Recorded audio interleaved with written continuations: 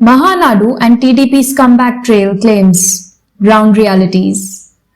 Massive turnout at the two-day Telugu party's Mahanadu might have given some hope for the party's cadres for a chance to bounce back to power in the 2024 elections. True, Ongole, the capital of southeastern Prakasham district, was painted yellow with thousands of TDP supporters descending voluntarily from across the state. The unprecedented crowd presence has also come as a surprise to the leadership.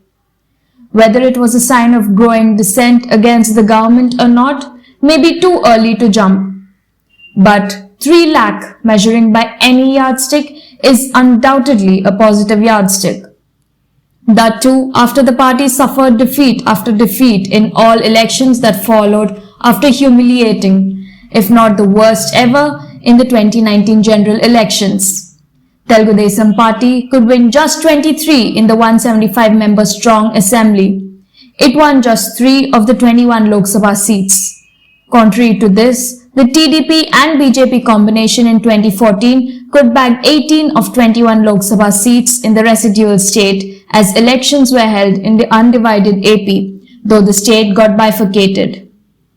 The lone factor that led to the humiliating defeat of the TDP was attributed to the unilateral decision of the leadership to walk out of the NDA coalition for not according to the special status category. One wonders, had the TDP leadership fallen into the trap of YSRCP on the special category status issue, knowing very well that it is not simply possible. That the YSRCP led by YS Jagan Mohan Reddy stormed to power by bagging a massive mandate of 151 of 175 seats establishes that the gullible electorate was swayed away by such an impractical promise. Why do we say that? Simply because that demand has vanished in thin air after the polls, and even TDP dares not to question, knowing well that none of the yardsticks apply to the residual state, which is paddy as well as minerals rich with extensive fauna and flora with vast coastline. Against that backdrop, what are the major issues that the TDP can help prove the ruling YSRCP government's failures? Mere wild graft charges which none other than the party supremo Nara Chandrababu Naidu has levelled? According to Naidu, Jagan's 3-year misrule pushed the state into an 8 lakh rupees crore debt trap with zero development and no roads. It may be true, but any party government has to borrow left and right if it wants to implement freebie promises to the electorate in its manifesto. That has become the order of the day in many non-BJP ruled states by regional parties. Maybe an exception to BJP in Odisha, though the state is considered as backward and had been demanding to be accorded special status.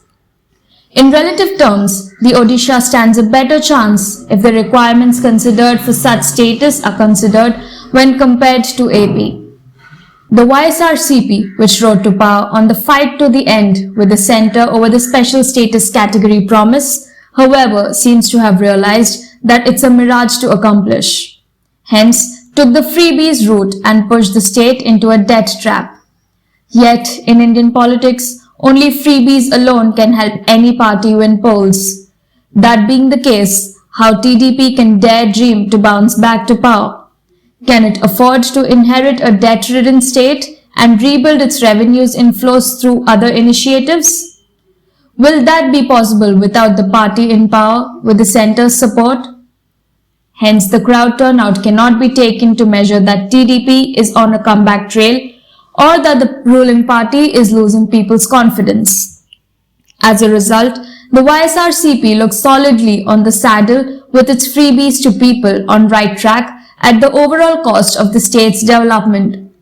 With the first term being succeeded in keeping all sections happy, YSRCP may change the track in the second term, if not voted back to power.